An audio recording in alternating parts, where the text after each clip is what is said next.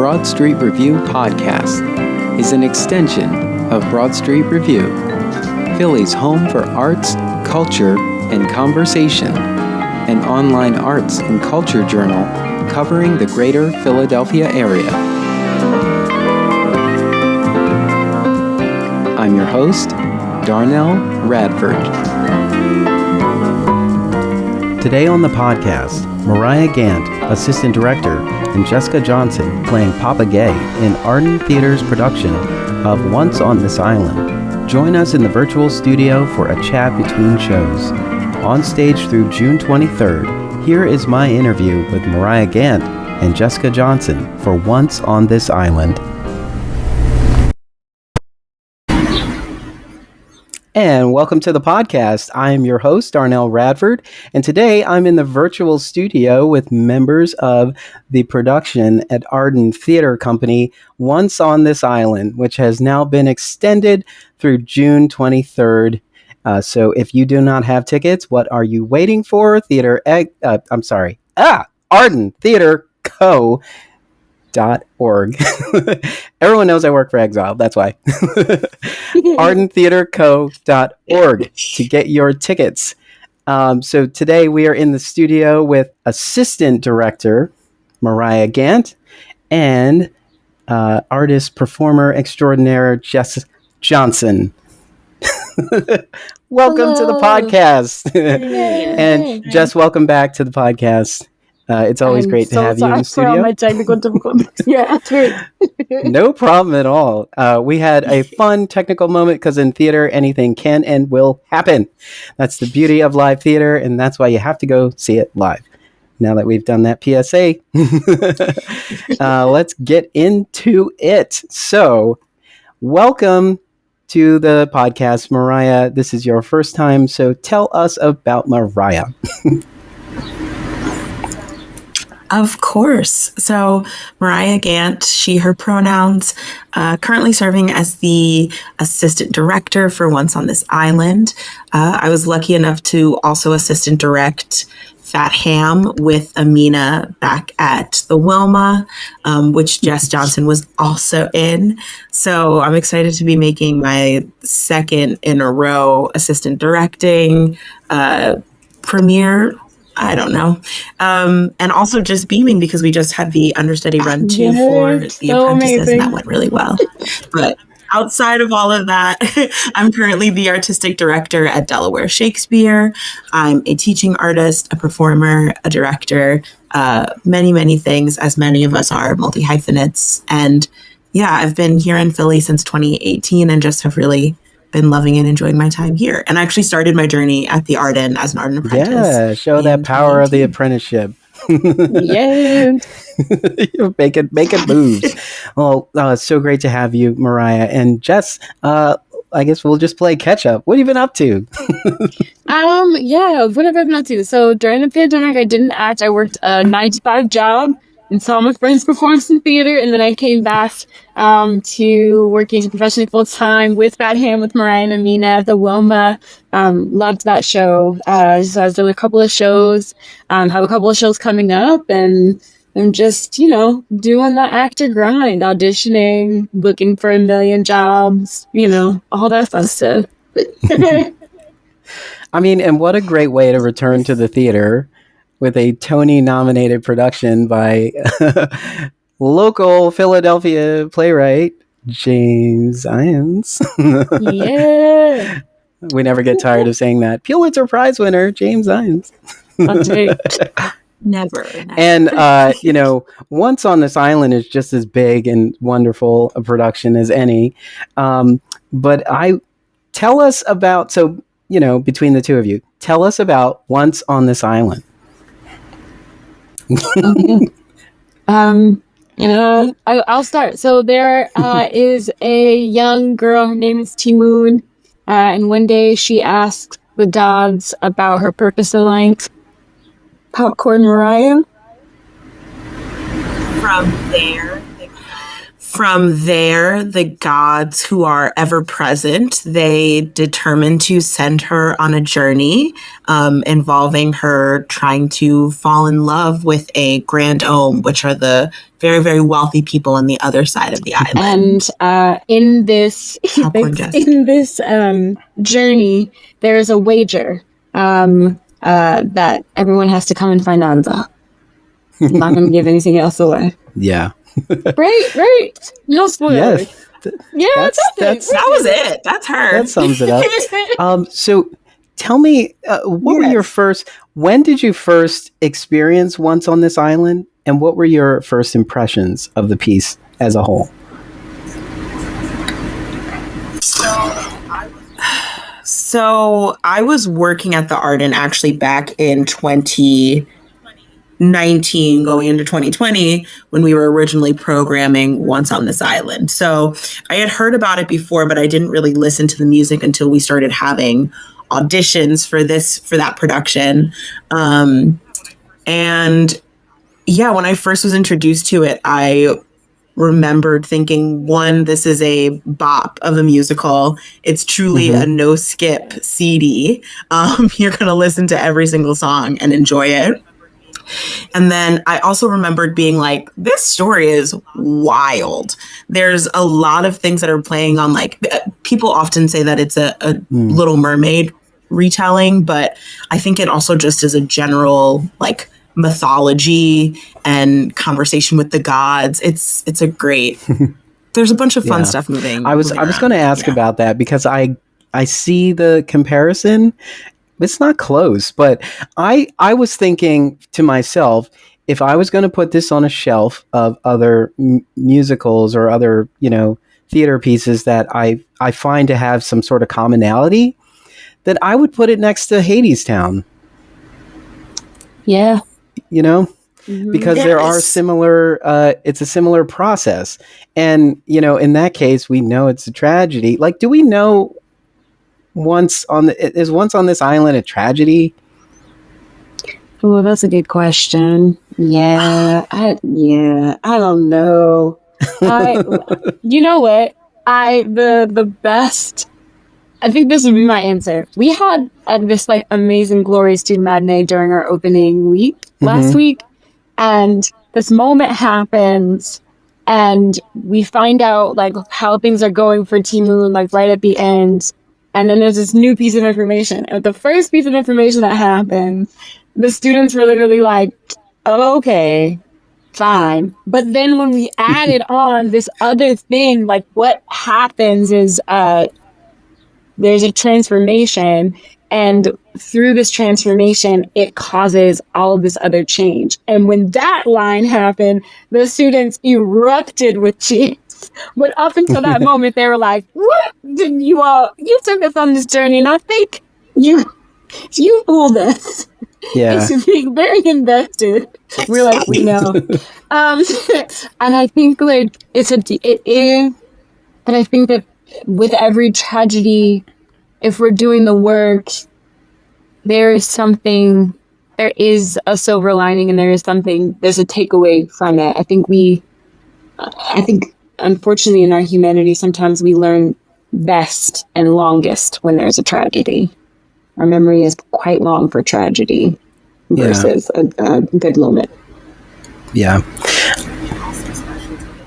Something also special to this is that the story is bookended. It's framed with people choosing to tell the story of Team Moune. And I think what we learn from the characters on the outskirts choosing to tell the story is that through tragedy, and even through the tragedy in their real lives, in the audience's real lives, through tragedy, there often comes, like Jess said, some kind of silver lining. There comes something that we are able to learn from. And even in Once on This Island, the thing that they're able to learn is like, if we are able to work together to tell a story, that makes us even stronger of a community. So I think that, yes, it is impossible to say that there's not tragedy within this story, but that there is a way to learn from what I thought was interesting about it is that even though it's not religion that they follow, it's strong on faith. and, belief in these gods. And, the slightest thing that happens could upset the gods or rattle the gods. And then these things happen. And I can only imagine what it's like being on an island, seeing a storm on its way, or seeing the water just, having a hissy. These moments you're like, oh no, somebody, you stepped on a crack and now you upset the gods. It's just, it seems like, of course, you would have, if you're a fish out of water, it's hard to like understand how to work with the gods. But then, once you understand all of that, I guess you can move through that. Could you move through a world where, 4 gods are factored into every choice you make in life? That's a good question. Yes. I think, I think in doing like a little bit of like research for myself and preparing for the character that I play, these gods, these deities, the ideas around these deities exist in Haitian culture. They go by other names. And I think we operate within the confines of like what these things represent, even though we've given them the god of love, the god of death, the god of earth, the god of water. We like need all of those things in our humanity. We encounter all those things just by being human. And I think even though they're not literal gods that we're answering to, they're things we consider. And I'm living my life to the fullest. That's me encountering death and also my purpose, just like T Moune, who sings Waiting for Life. She's literally waiting for life to begin. She's like, what am I doing? What's my purpose? And the way that we love, how we care, we see all of those things. I think those elements of life are always present. We just don't call them gods. Yeah. What a beautiful song, by the way. Yes. Waiting for Life to Begin. There are just so many moments of it where the only way for me to describe it is just black joy. Is to just be in the space and see all these beautiful bodies and beautiful voices just carrying these wonderful melodies, and you're just like, oh my god, we're all in for it.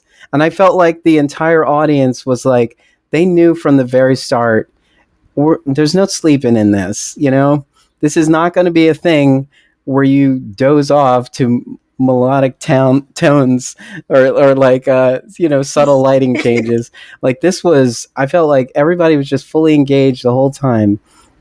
And I can imagine what a school audience is like, and the fact that they resonate with this, because this isn't a junior production. There is a junior production of Once on This Island. Yeah. It's not that. I'm actually not familiar with like the changes that happen in a junior production. Yeah. I'd be because curious to know, but this is giving them everything. They were, I don't feel like any of it was too racy, It felt like, okay, I see there are levels to this, that I don't think are, I don't know. It'd be interesting. I have to look it up. Some of the conversations of colorism, I know, are like what are shifted, like between the grandomes and the peasant people. I think that's like the biggest shift, which is fascinating because I think that's what creates so much of the dynamic issues. Is like she is somebody who's told this is where everybody is told this is where you live, this is how you have to behave. So as I walked out, and my partner, Matthew Machinardi, is obsessed with Once on This Island. Like this is this is his bread and butter, his jam. I was thinking of simple things like, this is a story of resilience. This is about culture and community. It's about love being stronger, for better or worse. It's about it's also about love being blind.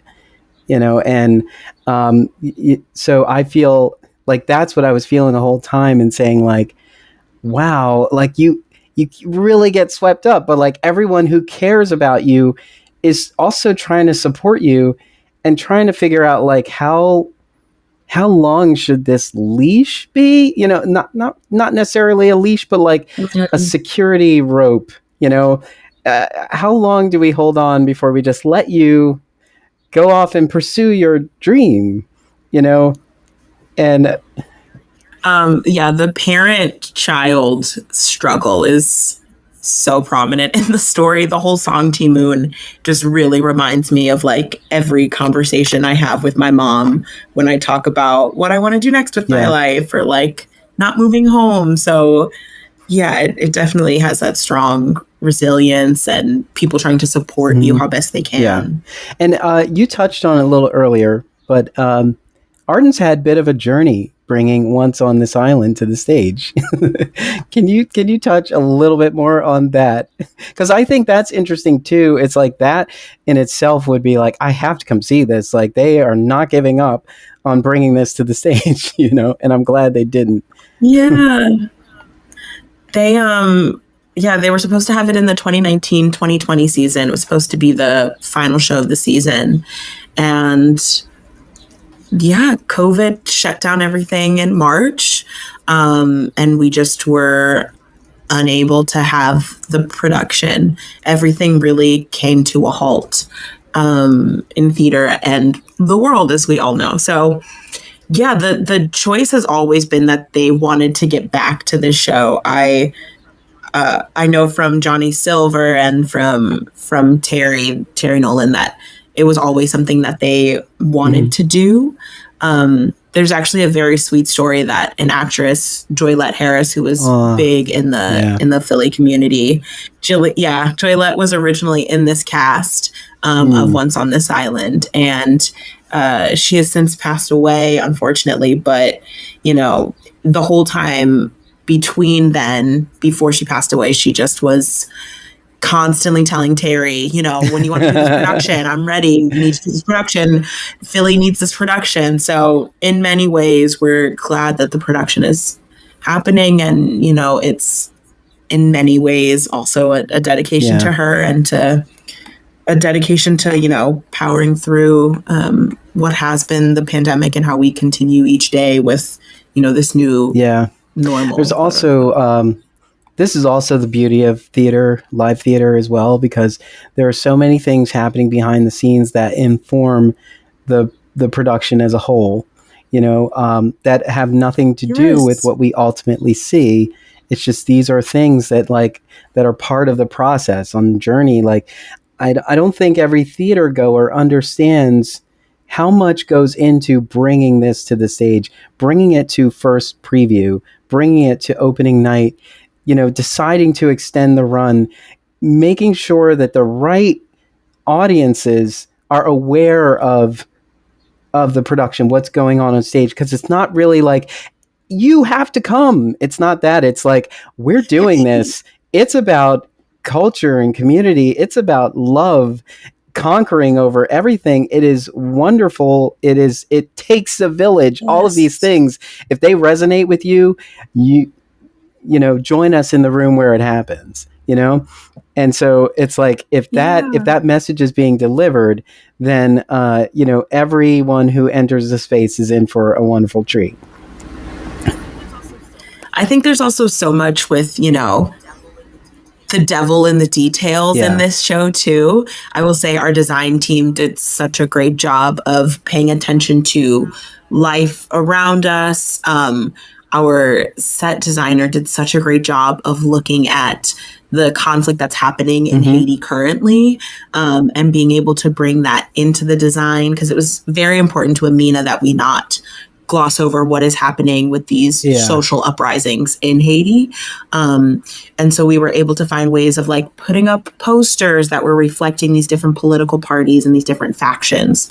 So there's also while there are, these huge themes that are present, there's also so much specificity to a direct moment too. It's been a joy to be a part of and to learn about this as well. There's one other thing I think of when I'm processing the piece, the haves and the have-nots.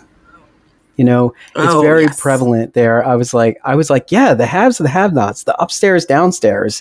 There's so many moments where you're like, Oh, because you do sense the privilege, and you do sense the obliviousness of like, I will just take advantage of this moment and not realize that there are true feelings involved. And the Timmun's goal, like Timmun's journey, I couldn't help but feel like, wow, this is, I think a lot of people can relate to this, like feeling strongly for someone who is just taking advantage of the fact that you are giving them attention, and then saying like, yeah, and then being like, oh my, what? Like, as this whole thing processes, you identify what Ti-Moune wants, and how as Ti-Moune keeps moving forward, her goal keeps moving further and further away. Yes. Like the goalpost keeps moving. And then like a and like a gut punch in that moment in the piece where it is revealed like why we are stuck at this crossroad, and it's like and I love the fact that I caught Jessica and Nadia. Nadia plays Ti-Moune at the stage door, and we were talking about this and how the kids reacted, how the students reacted at that student production, and like even they get it. They're like, girl, like, I mean, they're just like, sometimes you can't see this, and there's people like, I'm sure you've been around people going like, how can you not see this? Here, take my eyes. Here. It is great to watch somebody watch the show and have never seen it before. Like, those reactions are so noticeable. We've had a couple of audience members who just the entire like last 20 minutes of the show are just shaking their head. They're like, no. And it's so, you want Ti-Moune to succeed so badly. You really want her to be able to receive this life that she's dreamed of for herself. But at the same time, I think a lot of us, and I would say especially Black and brown folks in the audience, can probably relate to having a dream and seeing reality unfortunately reshape that for you. And it's about how do you move forward after that? What happens next? and we live with that for a good moment, as we get to the close of the piece, where we're just like, oh, girl, I feel you. Like, and then I also feel like the whole entire community is like hugging her in that moment while she's, can't shake this. And I've seen moments where, that's been told in media where that struggle is like terrible and beautiful at the same time. And you just constantly, you just root for them. And that, I don't know, this possibly may not turn out the way they want, but perhaps there's some growth in the process, that we can't see yet. And maybe this does end up, because every story sets out like that. I have a conflict and I have a end point that I'd like to get to, and then there are obstacles in between that. And so that's the ride we're on, trying to see how we wade through all of that. But there were moments in the piece where it's like, it's about, she's a free spirit. There's just beauty in her. She's got a song in her heart. She has a rhythm in her body. So when she dances, it's free and beautiful.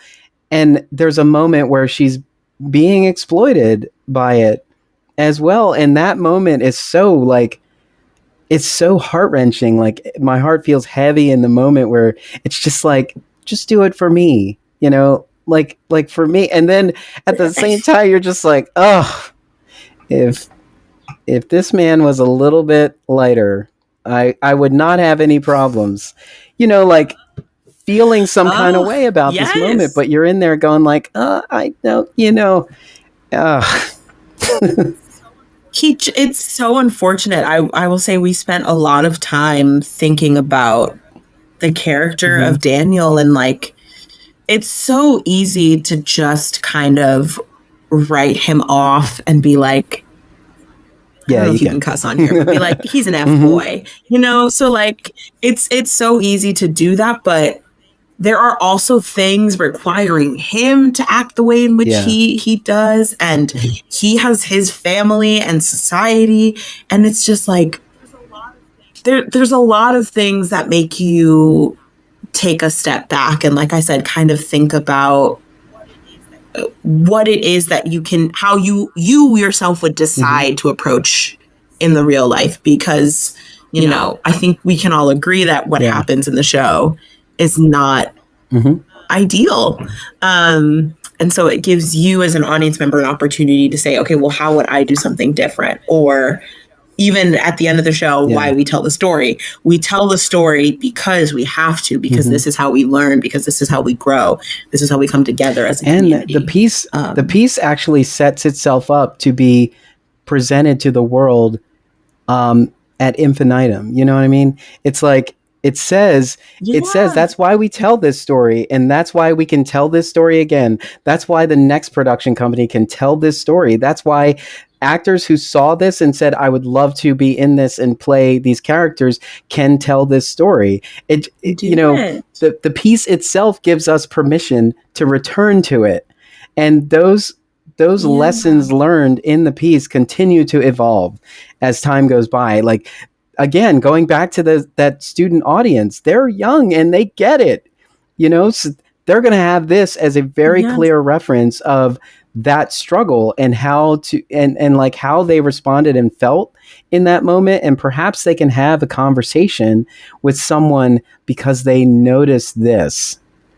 They recognize this from this story. And that's why they tell this story, so that I can come over here and say, girl, get your, what are you doing? Or just get your head in the game. Yes. You know, but yeah, I love the fact that when something really resonates with me, I have to talk around every moment.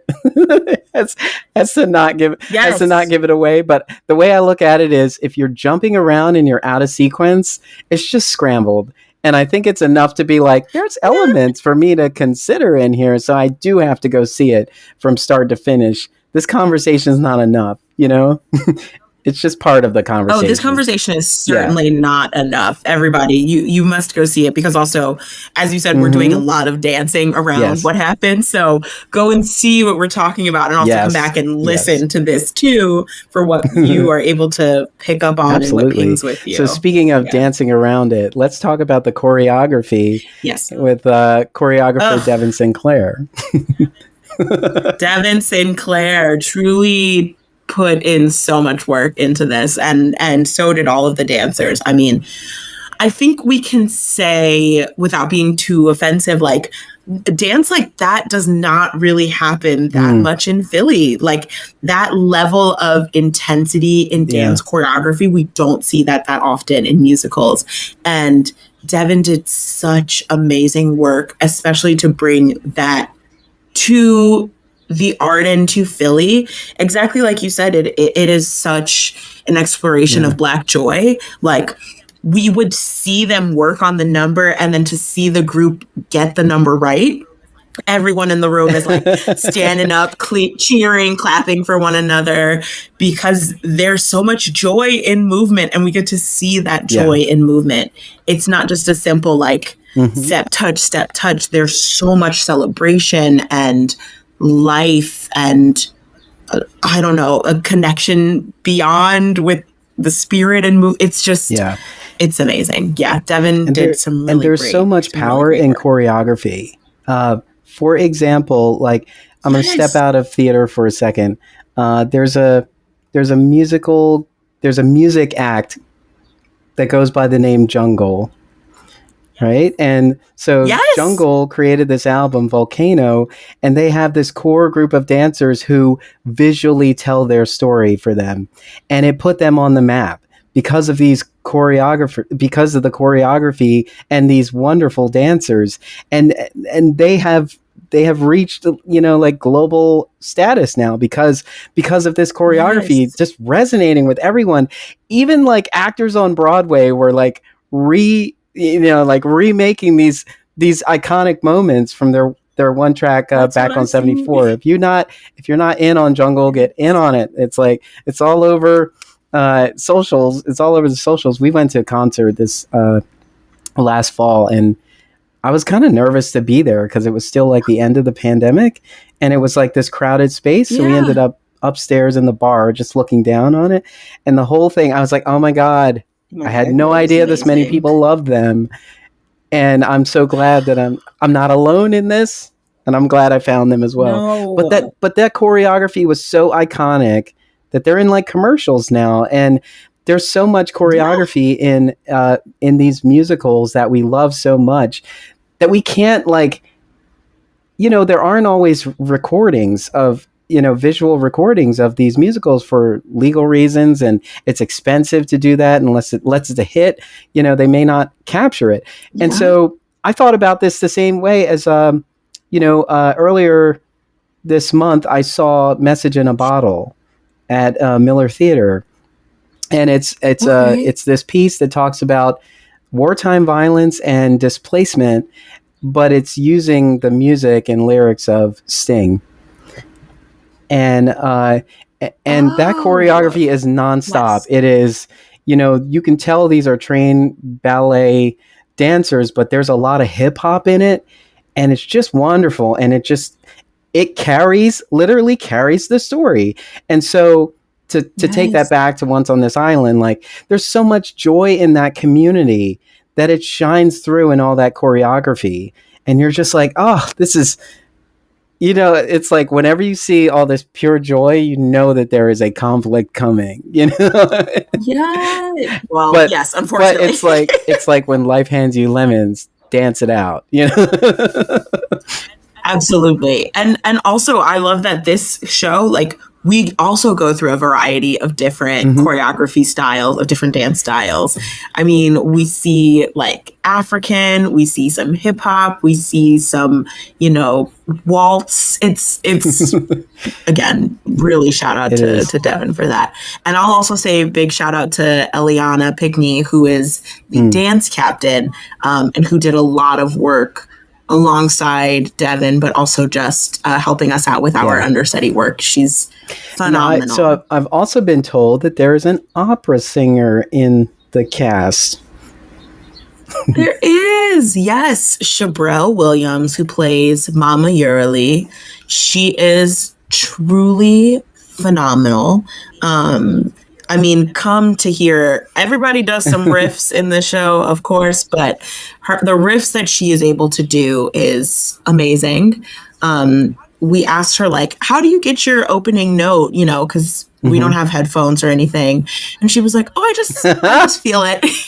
She just has like such a great talent. And again, with being able to blend, her personal style of the way her voice sounds, it blends so beautifully with everybody else. It does not sound different at all. And her heart, her warmth that she brings to the storytelling too is and I know musicians are well trained, but when you just see a perfect example of how to support your voice and really bring it, like I'm just like, wow, she just looks like she's doing nothing, and then just wonderful tones are just coming from this beautiful being. And all those moments and listening for it as it's all blending together, you're just, you start listening for her voice. Yes.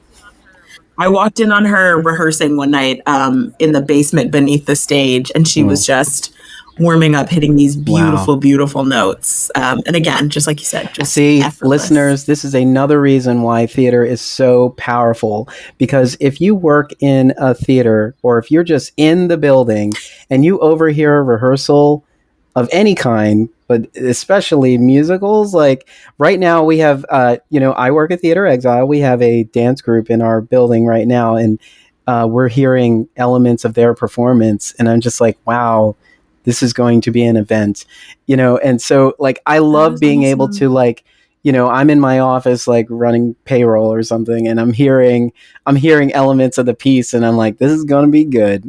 Like, I'm hearing this out of sequence, and I can't. So I can only imagine, like, walking through Arden when a musical is in rehearsal. You're just like, I'm in the right place. It is truly, having been an apprentice and similarly, like, just being able to walk through the building and hear all these beautiful sounds and people warming up. There were so many moments where I'm just like, is this really my job? It's so nice. So there may be some listeners who are not clear on what an assistant director does, particularly in a musical. So tell us about your role as assistant director in this musical. Sure. I'll say specifically with my experiences, Amina is really great at going over what her vision is for the story. And basically, as assistant director, I'm just providing an extra set of eyes to just keep a lookout on what's happening, because there are 14 people in this cast. There's a lot happening all the time. So there's a lot of times where, Amina will say, watch this acting moment in this scene, and she's watching something else, or she's watching for really technical moments as we work through a run about, like, where exactly should this person exit? Where exactly should these items go? And I'm able to keep an eye on more of the acting elements, making sure people are hitting specific notes that Amina wanted to make sure were hit, making sure that the actual story itself is not being lost. And then, providing her with notes, and the cast with notes as well. The Arden is also unique because they have this understudy program where they have people understudy 1-to-1 with the main cast. So every single person in the main cast has one person who is following their track. And so the assistant director, along with, in this case, the assistant music director and our dance captain, we work together as a team to prepare the understudies. So outside of our rehearsal time for the main cast, we have understudy rehearsals to make sure that they are up to date on any of the blocking changes, making sure that they know the music well, any of the dance changes. And then we work together to just kind of shape. It's almost like you take an entire show and you map a show on top of the show that exists. So that's some of the work that an assistant director does. We're getting a lot of behind the scenes goodies here. Listeners, again, this is why theater is expensive. There are two casts in this production, to one, maintain consistency, and also to make sure that, when you come to the show, everybody is well trained and ready to tell this story. And so when an arts organization reaches out for support, this is why, because there are a lot of wonderful artists who are working so hard to literally bring these stories to the stage for you, for us all. We are grateful for that. But it does take a village. And so when those asks come around, because it's that time of year, just bear that in mind. As an arts organization or a nonprofit in general is reaching out for support, because there's a lot going on that that the polished work that you get to see, there's a lot of foundation that needed to happen in order for that to rise. And also something I keep learning, ticket sales only cover and now much. They don't cover anything. Really. No. They don't cover almost anything more frequently than not these days. So that's why, some people are like, oh, well, I came to see the show. That was my donation. You came to see the show, and that was step one. Step two is, how do you continue to engage with the organization and these artists so that we can continue to make this kind of work for years and years? So the night that I was there, Ryane Nicole Studivant. Did I say that right? Yes. And Olivia Fowler had a wonderful moment at the end of the show. Can you talk a little bit about both of them and their uniqueness in this moment? Absolutely. So they do the audience ask at the end of the show. And Ryane is somebody who used to work at the Arden. I definitely used to encounter her when she was working box office or house management. And she's a great performer throughout Philly, but that was the first space that I met her in. And then Olivia, actually, her mother, Maureen, used to work in the education department at the Arden. And her dad, Larry Fowler, is a sound designer. Larry actually did the sound design for Fat Ham at the Wilma. So she and her dad used to work as the audio engineer at the Arden. So, Olivia was truly, she was a part of the story of how the Arden came to be what it is now too. Her mom was a big part in making the 62 North 2nd Street, the Hamilton Family Art Center building, come into fruition. And so it's really great that she's been able to kind of be here truly her entire life. It's a bit of a full circle moment for her to have started in that space. Like her mother was pregnant when they were building that space. And now she's here performing in a show, and she's such a talent, such a joy. Both of them having their Arden debuts, they say, along with 11 other people in the cast. So 13 out of 14 people. Wow, that is wonderful. Again, something you don't see, when you go to the production, you don't know what a value it is for artists to have their debut at a space. Like sometimes, like these are, Arden is on a level that's like, we have these levels based on the size of an organization, and internally getting to these levels and working for these companies is such a big deal, because it says something about you, and it also is, you're now a part of their legacy, because they're leaving a lasting imprint on the community and the industry as a whole. So that's why it's so great, and that's why we celebrate. Like even on Broadway, there are some special celebrations for first time Broadway performers, and so all of that stuff is what creates the community, what fuels the love wagon that is our industry, and what allows us to work through all of the opportunities that come our way in being a part of a live theatrical production. So I think it's just great that was a moment that they were able to shine a spotlight on the newbies in Arden. Yeah, so great. Yeah, it's a really special let's see, what else did I want to ask? So we did talk about how audiences responded, particularly those students, which I think their voices are wonderful and sorely needed in our community. And I love the fact that we're providing space to allow them to respond to the work that they're experiencing, and not feel that that etiquette that's always attached to the theater goer. We have to make space for people who are new to this or who are young, so that they can respond and find the joy and excitement of live theater. So I love that so much. I always ask, in some way, in your opinion, what do you hope people take away from this experience? What do you hope they walk out of the theater thinking about? Yeah, I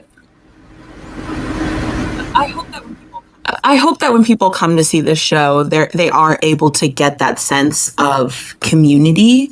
They are able to see how we, as a humanity, can uphold one another, even in moments of tragedy or fear. What are the ways that we are able to support one another, and how are we able to tell our stories? I think it's also just, I hope audiences can walk away and be like, wow, I'm so glad that I got to see an entire cast of Black folks, brown folks on stage, and see such wonderful art, and hear them sing and see them dance and like participate in their Black joy. I do really hope that people are able to see and feel that, because it's just really special. And it was such a big part of our rehearsal room. I mean, we laughed and joked and danced and sang every single moment of that rehearsal. And I hope that when audiences come to see it, even in the moments of tragedy, they can see the moments of fun and joy and playfulness that we were able to have backstage. Absolutely. I think it's hard to not walk out of there with the sense of joy and resilience and community. I wouldn't be surprised if you're walking out just smiling at strangers. Everyone who shared that experience with you. I will tell you, if you're seated if you're seated up top, somewhere up top, you will get a unique experience up there. So, I mean, there really isn't a bad seat at Arden, but there are some moments that are like choice. that key moment with Papa Gay, I was literally looking right up at Papa Gay, and I'm just oh my God, these are choice seats. Exactly. You guys picked a good side. Great experience. So I don't think, I think we did talk about Jessica Johnson's, involvement in the show, but I don't think we ever stated that Jessica is playing Papa Gay. Jessica is playing Papa Gay, and boy, are they playing. I think a lot of people, well, not to give too much away about the villain, but, I think a lot of people will be excited to see that. It's not a one-dimensional villain. It's and there's so much more dimension to her, and she's so funny and exciting, and it's I love how the gods state their positions, but then they rally together because they are a part of this community as well. It's like, so many beautiful moments. We can't even talk about how great the experience is. You just have to go and see it for yourself. Exactly. There's only so much that we can truly. You got to see it for yourself with your own two eyes, and then catch me on the street and let me know what you think too, because I love having conversations with people about this production. Well, Mariah, it was a pleasure getting to know you and chatting with you about Once on This Island. Listeners, if you have not bought your tickets yet, again, what are you waiting for? ardentheater.org. Go get your tickets. Buy 2 tickets because theater is more fun with a +1. I always say that, and you should definitely adhere to that. This production has been extended, and it runs through June 23rd. So again, you can get your tickets at Arden Theater, and that's theaterre.org. And I'm sure there's a discount, but you don't need that. Just buy tickets. Buy tickets, support theater. It's the end of the year where no discounts at the end of the year. Everybody buys full price tickets. Get your tickets. But again, thank you so much for taking the time to chat with me. And Jessica Johnson was with us earlier, who plays Papa Gay in the show, but also had to run to a production call. So it was great to have Jessica for the short time.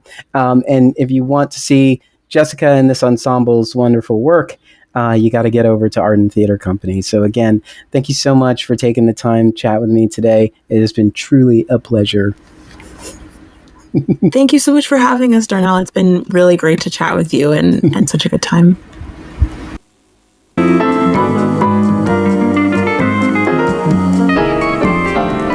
Thank you to our guests, Mariah Ghant and Jessica Johnson, for squeezing us in on today's podcast. The Broad Street Review podcast is an Emory production. If you would like to be a guest on the podcast, visit us online at em3ry.com. Get involved with Broad Street Review. Head on over to our website at broadstreetreview.com and click Get Involved at the top. While you're there, help keep us running and click Donate to find out how. There, you can also find our social media links. Thank you for your part in keeping the conversation going.